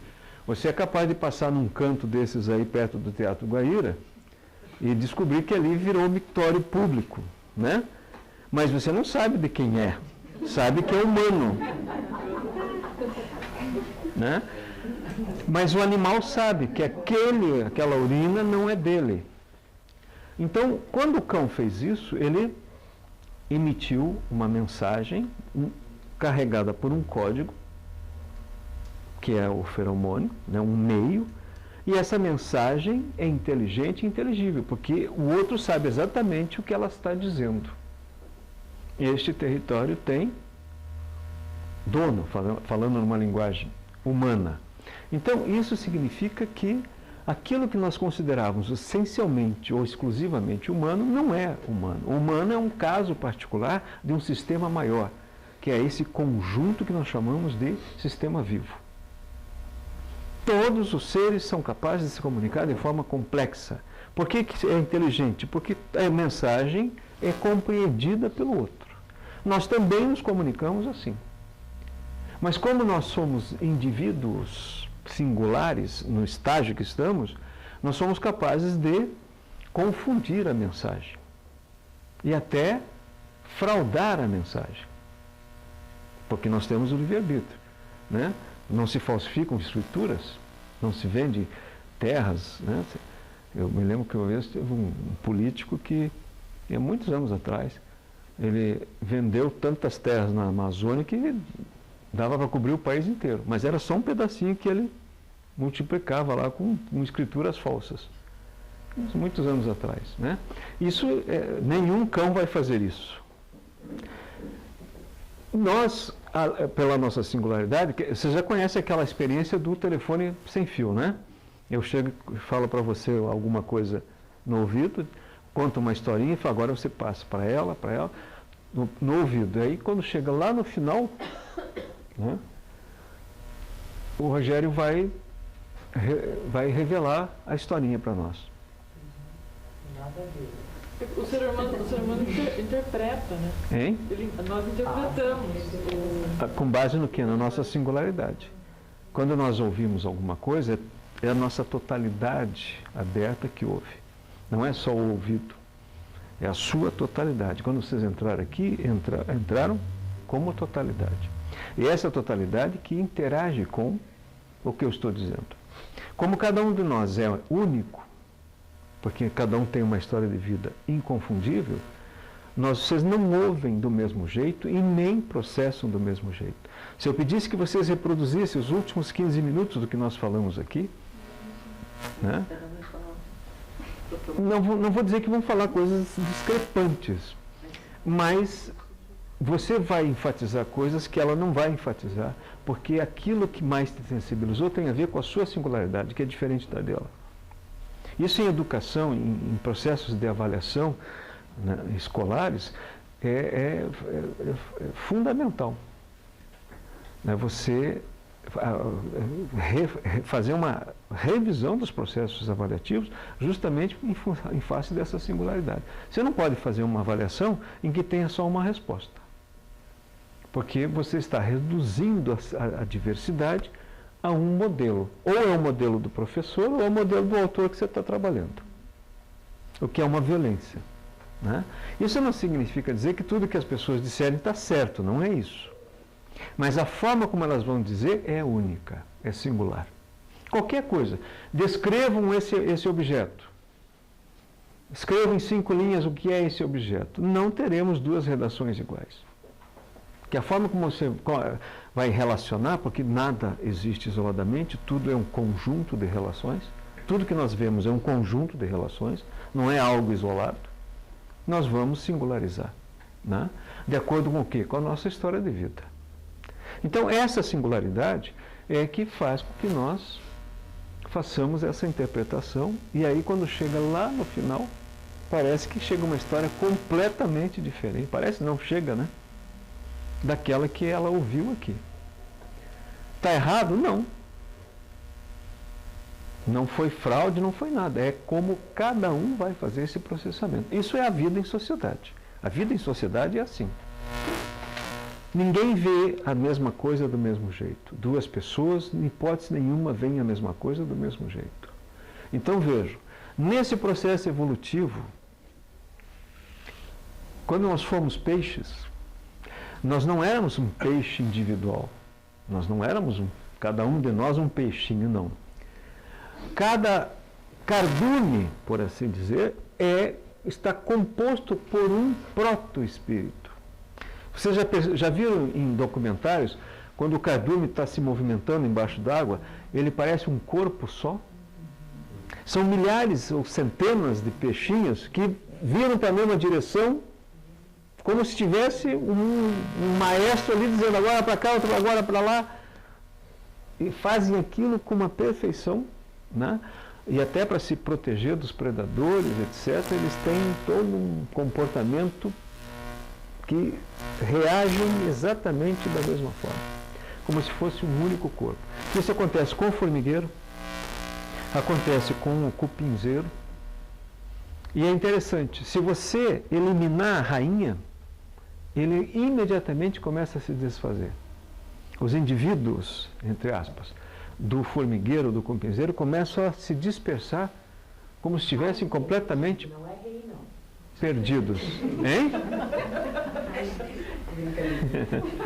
Né? Nessa o masculino perde, que o zangão, né, é absolutamente dispensável. Né? Então, veja, eliminou a rainha, ou do cupim ou do formigueiro, aquele coletivo se desfaz. Inexplicavelmente ele desaparece porque elas começam a sair a esmo e morrem. Então eles funcionam como se fosse um único corpo. Tanto é que alguns cientistas chamam de alma do formigueiro, alma do cupinzeiro. E, por exemplo, eles seccionaram um cupinzeiro, que já viram um cupim esses que tem no campo, né? Ele é extremamente rígido, duro, né? Eles serraram, tiraram o meio assim, e imediatamente eles começaram a reconstruir, e eles são cegos. Esse tipo de cupim, ele é cego, né, esse inseto. Eles reconstruíram tudo e encaixaram perfeitamente os 2 lados. Imediatamente. E cada um fazendo a sua parte. Né? É um processo orquestrado. Então, isso levou a algumas revelações. Então, uma das revelações é essa que eu estou dizendo, né? A revelação ecológica. Essa interação que todos os seres fazem com o ambiente. Todos os seres. É uma interação absolutamente inteligente, de tal forma que um ecossistema, né, um bioma qualquer, vamos deixar o ser humano de fora, que tem espécies as mais variadas interagindo nesse bioma, cada uma sabe exatamente o que tem que fazer. Ela está sinalizada para fazer uma demarcação do território. Ela está sinalizada, inclusive, para se compor anatômica e fisiologicamente, de acordo com as necessidades da espécie, mas também com a necessidade do conjunto. Porque senão haveria um desequilíbrio. Vou dar um exemplo para vocês. Mais ou menos 4 milhões de anos atrás, o nosso ancestral, o Australopithecus, por aí, tinha em torno de 800 centímetros cúbicos de córtex cerebral. Caixa craniana dele em torno de 800 centímetros cúbicos, o volume. Quando chegou a 200 mil anos atrás, que é o surgimento do Homo sapiens, já estava em 1.500 centímetros cúbicos, nossa caixa craniana, que é o tamanho médio da nossa caixa craniana hoje. Que significa o quê? Que no processo evolutivo, adaptativo, nós fomos alterando nossa composição biológica, né, a nossa anatomia, fisiologia, para atendermos necessidades novas que iam surgindo. Cada aprendizado que nós fazíamos, novas necessidades. Isso exigiu o quê? Capacidade de processamento de informação e de armazenamento de memória. Que é o que acontece com os computadores. Foram se aperfeiçoando para isso, né? Mas chega num ponto que para e não cresce mais. Mas a necessidade de processar informação e armazenar memória é exponencial, incalculável em relação, comparativamente, a esse período, né, de 200 mil anos atrás. Dizem que o conhecimento desse último século, o século passado, é maior que todo o conhecimento que nós alcançamos nos séculos anteriores. Então, isso significa que é até mais do que exponencial. Tem uma expressão que é maior do que exponencial, que eu não me lembro agora, né? Tem o aritmético, progressão aritmética, geométrica, exponencial, e tem uma outra. Então, o conhecimento é assim. No entanto, o aparelho que nós usamos para processar informação e memória, que a gente chama de cérebro, parou nesse tamanho médio. Então, o que é que nós fizemos? Nós fomos transferindo as nossas limitações para os chamados cérebros mecanismos, né? Criamos computador, inventamos a roda, o veículo a tração, domesticamos animal, depois ligamos as duas coisas, a carroça, até chegar nas locomotivas, nos automóveis, nos aviões, nas espaçonaves, enfim, não tem limite. Fomos estendendo as nossas limitações, transferindo para outros mecanismos. Se nós tivéssemos crescido linearmente o cérebro na mesma proporção do conhecimento e da memória necessários, nós seríamos verdadeiros gigantes hoje, para poder suportar, por exemplo, um cérebro, sei lá de que tamanho, o que inviabilizaria a vida dos outros seres na Terra. É o que aconteceu, por exemplo, com os dinossauros. Se não houvesse aquela extinção, nós não estaríamos aqui. Seria incompatível a convivência do homem, do ser humano, com os dinossauros. Então, a própria natureza fez as chamadas grandes, né, períodos de extinção, que, se eu não me engano, foram 8 conhecidos até hoje. Desde que a Terra existe, desde que a vida existe na Terra, já houve 8 grandes extinções. E cada extinção dessas, cada período, chega a ceifar mais de 90% das espécies que estavam naquele período. Que parece que tudo vai por água abaixo. No entanto, a vida vem e volta mais renovada e mais forte ainda, em patamares mais aperfeiçoados. mais adaptados. Por isso que evolução é adaptar-se, né? Coitadinha dos dinossauros, estavam bem aqui, felizes da vida, a maioria era até herbívoro, e aí foram extintos, né? Para que nós estivéssemos aqui. Mas éramos nós também que estávamos lá, na forma do dinossauro. Só que precisávamos agora ir adiante. Tínhamos atingido um limite de aprendizado e de adaptação, era preciso dar o salto de qualidade. A própria natureza, na sua inteligibilidade, controlada pelo princípio inteligente, faz isso. Vocês sabem que existe, né, um fluxo de meteoros, por exemplo, que de tempos em tempos atingem a Terra. E dura 1 milhão de anos esse período, mais ou menos. E aí é onde acontecem as grandes renovações. Isso tem um ciclo mais ou menos de 26 milhões de anos. A cada 26 milhões de anos nós temos assim uma intensificação de meteoros se chocando com a Terra. Né? Isso tem uma teoria chamada nuvem de Oort, que é um cientista, Ian Oort, que trouxe essa teoria demonstrando que existe uma janela no sistema solar, e quando essa janela se muda de posição por alguma influência gravitacional, talvez de uma estrela que próxima a nós, há suspeita que nós tenhamos uma estrela dupla, sejamos uma estrela dupla, o Sol não esteja sozinho, só que ela não é vista a olho nu. Há suspeita que ela altera pelo campo gravitacional e muda a posição dessa janela, e aí começa a haver um bombardeio de meteoros. E aí a Terra sofre impacto e há renovação. Felizmente foi a última 65 milhões de anos atrás, então se a cada 26 milhões, não, 26, foi a 65 milhões, mas nós tivemos outras depois. Não sei em que posição nós estamos agora, né? Pode ser que a qualquer momento a gente acorde assim, né? Cadê a minha casa, né? Então vejam, num sistema vivo, esse processo acontece de uma forma assim bastante evidente. Há uma auto-organização entre todas as espécies, de tal forma que as quantidades e a qualidade de cada espécie não ameace a outra, mesmo que elas estejam vinculadas às cadeias chamadas cadeias alimentares, que uma espécie se alimenta da outra, mas nunca de uma forma predatória, que leve à extinção de uma delas. Então, a anatomia por exemplo, eu gosto muito do exemplo dos insetos, que fazem parte da dieta da maior parte das espécies daquele ambiente.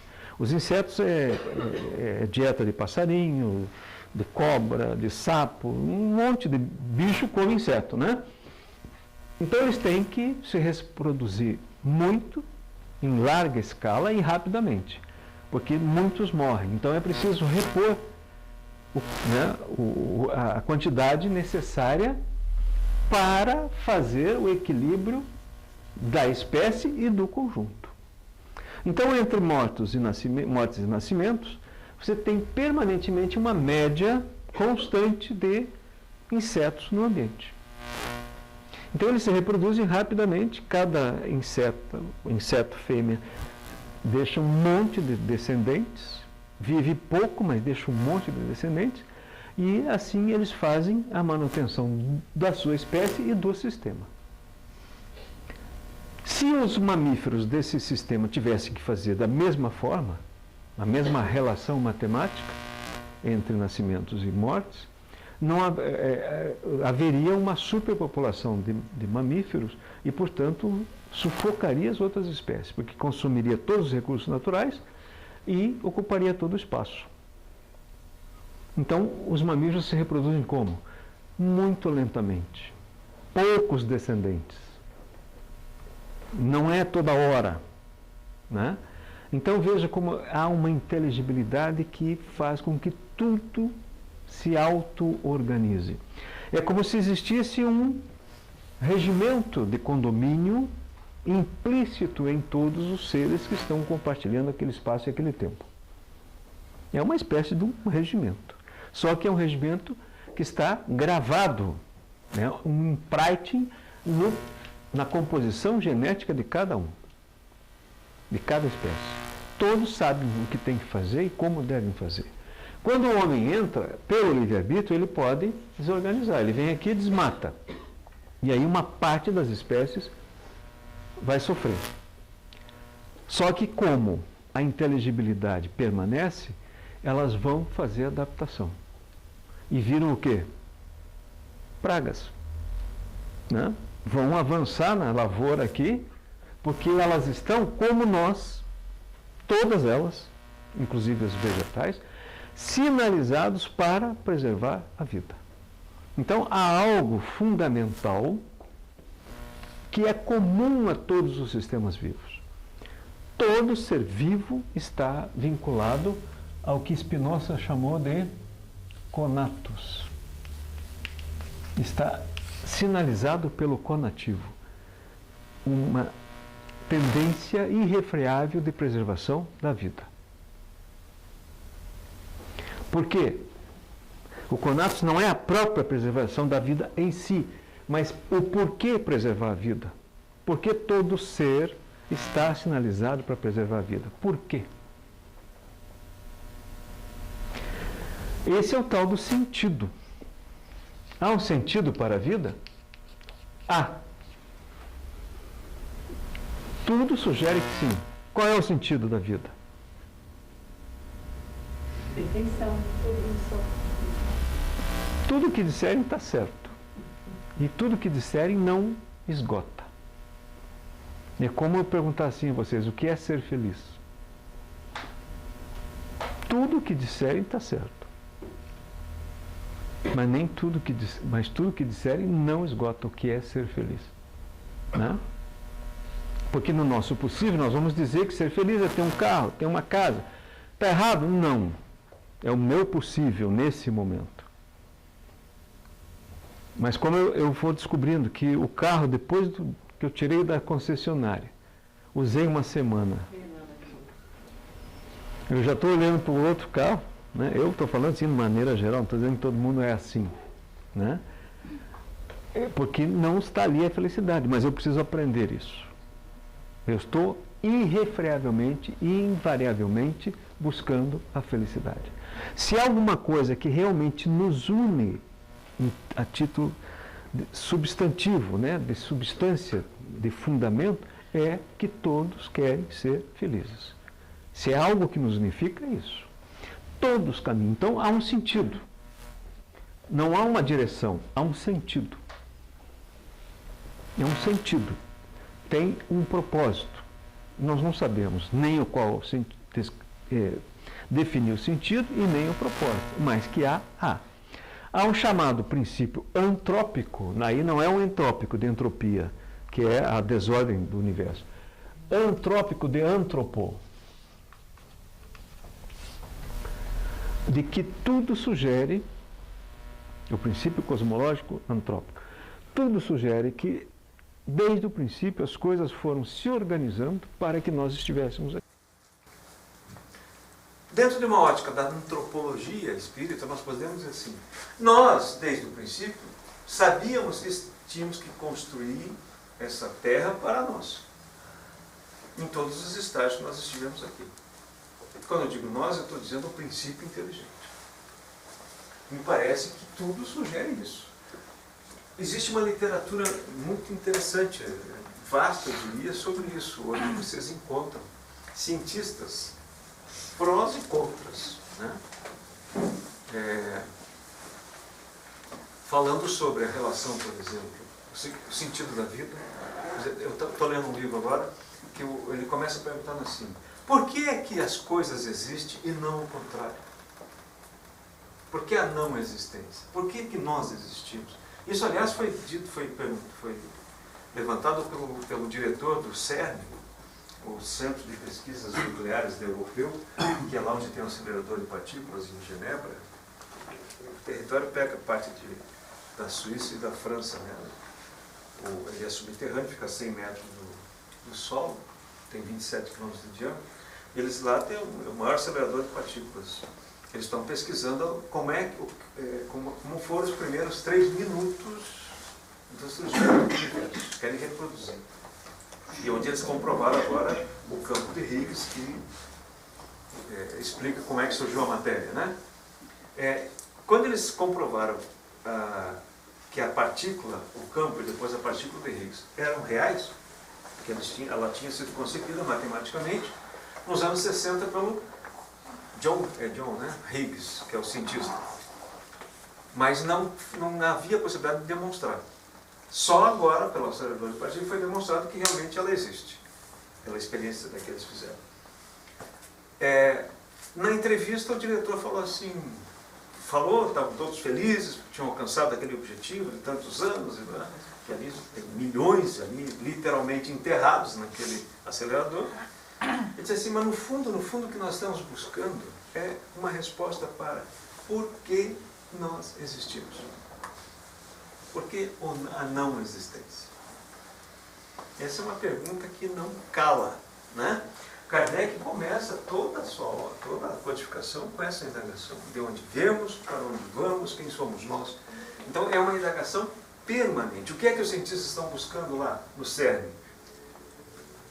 De onde viemos, para onde vamos, quem somos nós. Porque eles não estão procurando a partícula em si, mas o que ela pode dizer sobre nós.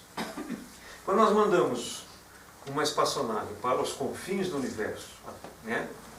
A Voyager já saiu do sistema solar. Os cientistas trabalham 24 horas, 7 dias na semana, equipes que se revelam, buscando conhecer o que está além dos nossos horizontes. O que é que eles estão buscando? Respostas. Respostas. Respostas sobre essa indagação. Quem nós somos? Se eu quero saber se tem vida num outro sistema, é porque eu quero saber se eu estou só. Então eu quero o quê? Me conhecer. É uma busca permanente pelo autoconhecimento. Então, a evolução é o meio de nós permanentemente fazermos a busca pelo autoconhecimento. O grande objetivo é o autoconhecimento. Porque a resposta, todas as respostas que nós buscamos, já está em nós. Mas nós precisamos descobrir isso. Era necessário que nós descobríssemos. Senão não haveria mérito. Se fosse de mão beijada, não teria sentido. Aí sim não teria sentido. Por que o Criador faria isso? Nos criar, fazer nós passarmos por tudo isso para dar... chegaram até aqui, agora está aqui, ó. O que vocês procuravam está aqui, ó. Tá tudo, leiam aí, que depois eu vou fazer uma prova. Eu estou brincando, mas seria ridículo. Né? Como seria ridículo você imaginar que vai chegar um dia que você atingiu o absoluto. Bom, o autoconhecimento esgotou. Não sobra mais nenhuma dúvida, nenhuma indagação, não sobra mais nada. Tudo está respondido. Imagine se nós todos aqui chegássemos nesse instante, agora, nesse absoluto. Ia morrer de tédio. Ia ficar um olhando para o outro Seria finitude. e não sabia o que dizer. Vou dizer o quê? E esperar o meteoro. Não há nem o que dialogar, hein? Vou esperar um meteoro e começar tudo de novo. Pode ser, né? Mas por que isso, né? Então, evidentemente, não é isso. Não sabemos exatamente como é, mas com certeza não é isso. Essa visão paradisíaca, né, do paraíso, né, como final, né, essa visão escatológica de que nós vamos chegar no fim, ela é contraditória, é ilógica, por tudo que nós já conseguimos observar. Mas levamos todo esse tempo para descobrirmos o quê? Que oração? O que é que nós descobrimos? O que é que nós estamos descobrindo? O que Sócrates falou há 2000 anos atrás. Sei que não é assim. Estamos descobrindo nós mesmos. Quem somos nós? Quando eu descobri que a abelha, que todos os seres são inteligentes, que tudo é inteligente, eu estou me conhecendo. Eu pertenço a algo inteligente. Então, nós estamos cada vez mais descobrindo nós mesmos. Mas essa... Não, nunca. depende do que se entende por fim. Né? O fim é aquela parede ali, acabou? Eu acho que não. Eu não sei como é que vai ser, mas não é assim. Com certeza não é assim. Aí sim você diz, mas tudo isso para isso? Né? Tudo que eu sofri no couro do jacaré, depois no couro do peixe, depois né, na ameba, no procariotes aqui, que não tinha nem núcleo. Tudo isso, e aí chegou aqui. Depende. Nós vamos continuar evoluindo, chegar Não ao é nível de, vamos dizer assim, Jesus E outros planos. Pois é que a nossa concepção e percepção de evolução, ela ainda é muito obscura para nós. Por quê? Quando a gente pensa em evolução, a gente pensa em sair do simples para o complexo. O complexo no sentido de absoluto, de totalidade. Aí você alcançou o absoluto. Mas será que existe esse absoluto? Não. Tudo indica que não. A única coisa absoluta que existe é Deus e nós. Desencarne. Mas aí ele é transitório. Né? Eu estou dizendo assim, no sentido absoluto. Deus e nós. Porque não há efeito sem causa. E para uma causa inteligente, para um efeito inteligente, só pode haver uma causa inteligente. E eu sei que eu existo. No sentido absoluto. Por quê? Alguém duvida aqui que não existe? Então a evolução seria, na verdade, o desenvolvimento das potencialidades que a gente possui, que o espírito possui. Eu não gosto de desenvolvimento, porque dá a ideia que você sai do simples para o complexo. Mas é a revelação a você mesmo daquilo que você é. Então, a evolução é essa adaptação permanente, em que você vai vencendo os obstáculos, fazendo adaptação. Né?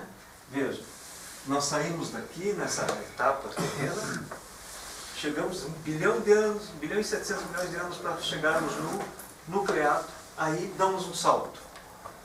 Reduzimos a metade para chegarmos nos animais mais complexos, do ponto de vista biológico, os peixes. E dos peixes até o Homo sapiens, mais de 800 milhões de anos. Né? Mas isso tudo porque o nosso potencial já existia ali naquela matéria. Isso. Uma capacidade, que é a inteligibilidade, de fazer adaptações. Isso nada mais é do que adaptação. Só que é um longo período de adaptação. Só que ele é exponencial. Cada adaptação que eu faço acelera o processo adaptativo. E eu vou adiante mais rapidamente. Né? O smartphone fez 10 anos agora, 2017. Quem pensava no tal do smartphone em 2005, por exemplo? Só o Steve Jobs, ninguém mais pensava. O que será que nos aguarda daqui a 20 anos? Daqui a 10 anos? Veja, essa velocidade exponencial de renovação do conhecimento, da tecnologia, etc. E o que é mais interessante, se nós observarmos tudo que nós passamos, foi para retornarmos à origem, à transdimensionalidade do espírito. Quer dizer, a tridimensionalidade da matéria, o desconforto da tridimensionalidade, nos impeliu, todos esses 4 bilhões de anos, a voltarmos à transdimensionalidade. Senão, o que nos aproxima mais da transdimensionalidade do que o smartphone? Aqui na Terra, o que é que nos aproxima mais da transdimensionalidade do que o smartphone? O smartphone não nos coloca em contato com o planeta em tempo real. Não há limites temporais, espaciais, pelo menos como nós tínhamos. É claro que existe um delay entre uma emissão de mensagem aqui, porque nós estamos sujeitos ao limite da velocidade da luz aqui na Terra, né? Aqui no universo. Então, quando eu mando uma mensagem para uma pessoa lá no Japão, vai levar alguns segundos para chegar lá. Mas é como se o mundo estivesse na minha palma da mão. E realmente está. E o que é mais interessante, se você olhar bem para esse aparelhinho, você vai enxergar todas as invenções e descobertas e inovações que a humanidade fez nesse período todo. Todas estão nesse aparelho. Tudo, fogo, roda, tudo está ali. A roda está ali. Porque antes você tinha que sair para comprar pizza agora, né? Você se desloca até a pizzaria pela realidade virtual. Tudo que nós fizemos para expandirmos nossas limitações da tridimensionalidade e retornarmos à origem. Einstein já disse isso lá no início do século XX. Quanto mais eu me afasto do ponto, mais eu me aproximo do ponto. Então, quanto mais eu sair de mim mesmo, mais eu me aproximei de mim mesmo. Essa busca, que parece que eu estou saindo para fora, na verdade eu estou saindo para dentro. Então, em termos sintéticos, eu diria assim, que a visão antropológica espírita do processo evolutivo do espírito como adaptação, nós poderíamos resumir nessas pequenas palavras que dissemos aqui nessas 2 horas, né? Essa longa caminhada do princípio inteligente para buscar a si mesmo.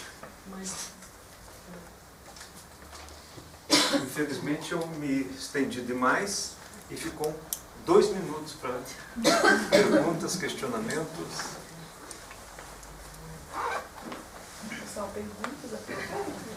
Professor Rui, sim. Vai ter um dia que a pizzaria vai me mandar pizza da mesma forma que eu peço?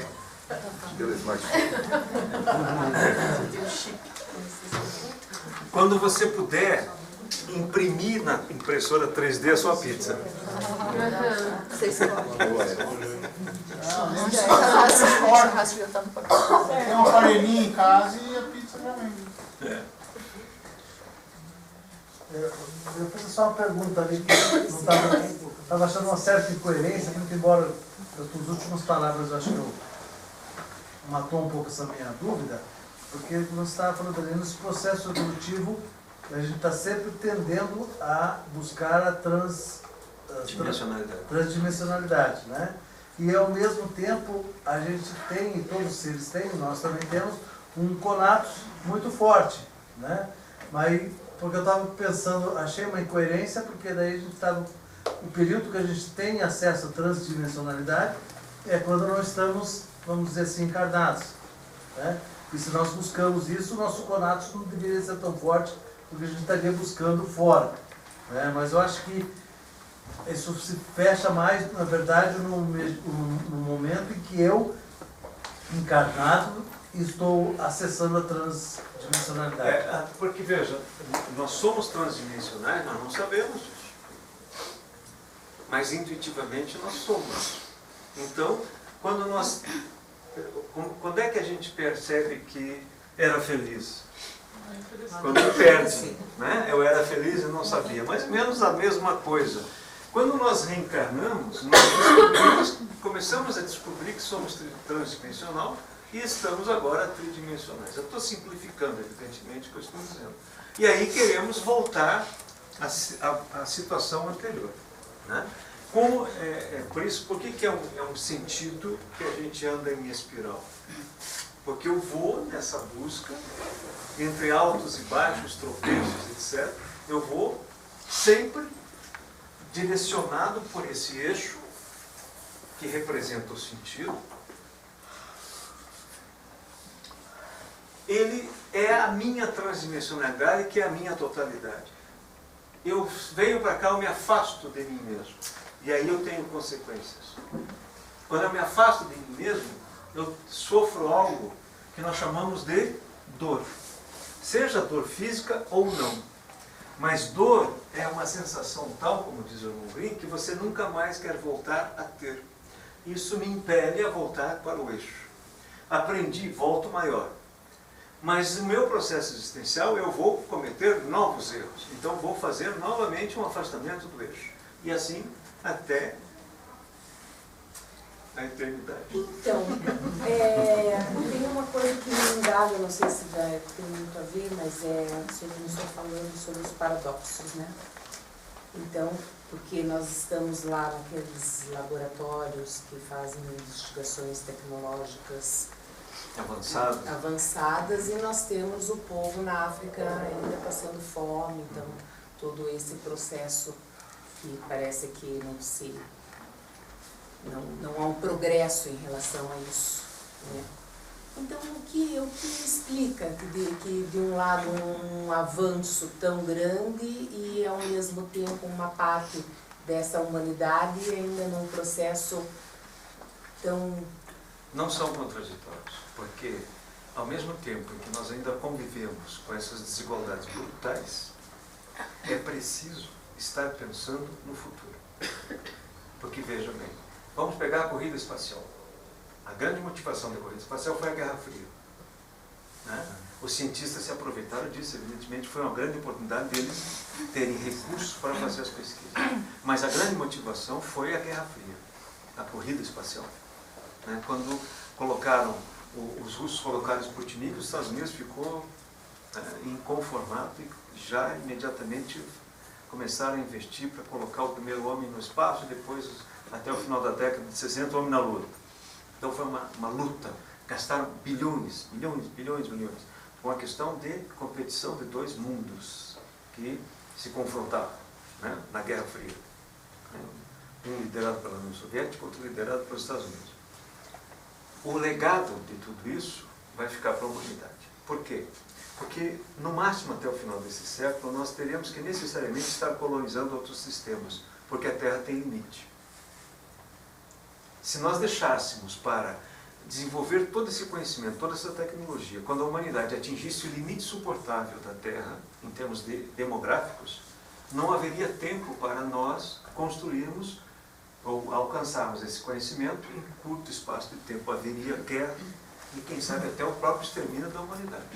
Quando nós chegarmos no final do século XXI, nós já estaremos com conhecimento suficiente para nos colocarmos os nossos descendentes já em colônias no espaço. Alguns, né? Claro, como sempre foi, né? Que vão dar continuidade a essa caminhada do Espírito, além dos limites da Terra. Hoje a Terra tem 7 bilhões e 100 milhões de habitantes, mais ou menos. Qual é o limite? Em 2050 vai chegar a quase 10 bilhões. Quanto ela suporta? Mesmo com a taxa de reprodução caindo, etc., ela vai estar crescendo, né? Qual é o limite? Eu não sei exatamente qual é, mas vamos supor que seja 20 bilhões dele. Vamos supor. Quando é que vai atingir isso? Em 2000, nós estamos em 2150. Portanto, daqui a 100 e tantos anos. E aí? Aí nós sentamos ali agora. Tá, mas e esse papo que diz que estão vindo aí esses seres mais evoluídos, mais iluminados, crianças cristais, índios? Esse é papo, como você bem disse. É um papo. Né? Essa coisa que criança, índigo, etc. Com a intenção de preservar o planeta Terra. Existem espíritos reencarnados que têm trazido algumas mensagens diferenciadas. Alguns crianças estão falando que foram outras pessoas, que tinham outro sexo, etc., dão endereço, dão detalhes. Isso é uma onda, uma nova onda, digamos assim, como aconteceu à época de Kardec, porque a ciência chegou num limiar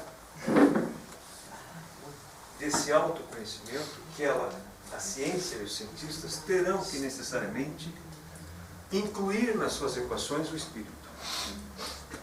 Senão nós não vamos adiante. É como Einstein, por exemplo, incluiu a relatividade do espaço-tempo. Sem aquilo que era um absurdo lógico para a sua época, dizer que o espaço-tempo é relativo, que o tempo e o espaço podem se expandir ou se contrair, era um absurdo lógico para a concepção dela. Se ele não tivesse trazido aquela inovação, nós não estaríamos onde estamos. Não teríamos, por exemplo, o GPS, que é o mais conhecido, né? A mesma coisa no que diz respeito ao Espírito. A concepção e percepção do Espírito. Se eu estou perto de alguma coisa que representa a realidade, dizendo que o princípio inteligente está na base de tudo, aqui está faltando exatamente aquilo que pode nos trazer respostas ainda até para perguntas que nós ainda nem fizemos. Porque quando eles encontraram o bóson de Higgs, o campo e o bóson de Higgs, eles conseguiram compreender como é que a matéria surge. Porque havia esse ato. O que é que permite que a matéria exista? Aí descobriram. Mas não é a fronteira final. Porque alguém já perguntou assim, e quem que fez o campo e o bóson de Higgs? O que é que permite o campo e o bóson de Higgs? Então, toda a nossa busca, nós chegamos naquela cerca e o máximo que nós fazemos é colocar a cerca mais para frente.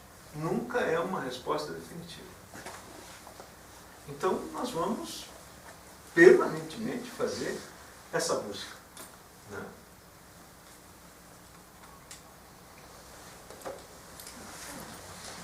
Todo mundo pensativo?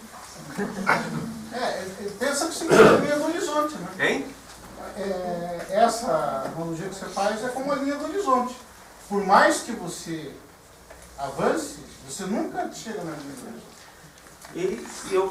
Esse horizonte, no meu entendimento, é o Espírito, né? Só que não é agora, chegou o Espírito, pronto, acabou. Não, é uma nova etapa. Todo limite é uma abertura. Imagine uma ciência que coloca na equação a presença do princípio inteligente. Imagina o desdobramento desse conhecimento humano, aonde ele vai chegar. Não conseguimos imaginar, né? A gente, será que vai precisar realmente nós expandirmos para o espaço, para outros? Porque já existem hoje outros mundos. Sim. Com espíritos, vamos dizer assim, já no grau mais evoluído que o nosso. Por que necessariamente a gente precisa que uma outra terra? Porque senão nós vamos cair na eugenia. Vamos escolher algumas etnias para permanecer e outras para serem eliminadas.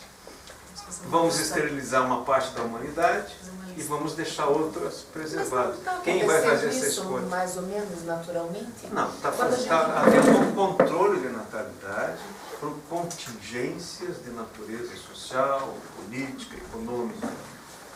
Os nossos avós e bisavós chegavam a ter 15 filhos ou mais. Hoje a média é 2 filhos por casal, se não me engano, né? Isso é um controle demográfico por questões econômicas, a questão da necessidade de trabalhar fora, coisa que não acontecia com as nossas avós, que eram sempre desse nome horrível, do lar, né? Profissão do lar. Isso hoje, né, mudou muito, depois das 2 grandes guerras, isso mudou radicalmente. Então isso levou também a uma redução, né, da prole, digamos assim, né? E evidentemente que isso deu um fôlego. Outra coisa que nos deu fôlego, está nos dando fôlego, é a miniaturização dos nossos servos-mecanismos, né? Eu falei do smartphone, quando ele surgiu era um tijolo, né? Eu cheguei a trabalhar com um que era desse tamanho, tinha uma antena, parecia um rádio de polícia. Fazer o reencarne direto nesses novos horizontes, como foi nesse lado de Capela, precisaria necessariamente desenvolver uma tecnologia. Senão você chegaria lá e não entenderia nada. Mas foi assim, né, que trouxeram para cá. Não, mas não sei se foi assim, né? Porque é uma hipótese, né? É uma hipótese da migração de espíritos que não estavam no mesmo estágio que aquele sistema atingiu e vêm para um sistema num estágio anterior. Trazem um conhecimento novo, uma experiência nova, mas tem que objetivar aqui nas condições e circunstâncias da Terra, né? Então, quem sabe até tem acontecido muitos avanços em função disso, mas isso é uma hipótese. Isso dá outra palestra, sabe? Então vamos combinar. Sobre reencarnação, extramental, a relação do extramental com a reencarnação. Esse é um tema interessante também. Acho que agora explorou o tempo. Pessoal, infelizmente nós temos que encerrar. Muito obrigada, professor, pelos conhecimentos, pelas dúvidas que nos levarão a pesquisar, estudar, buscar mais conhecimento.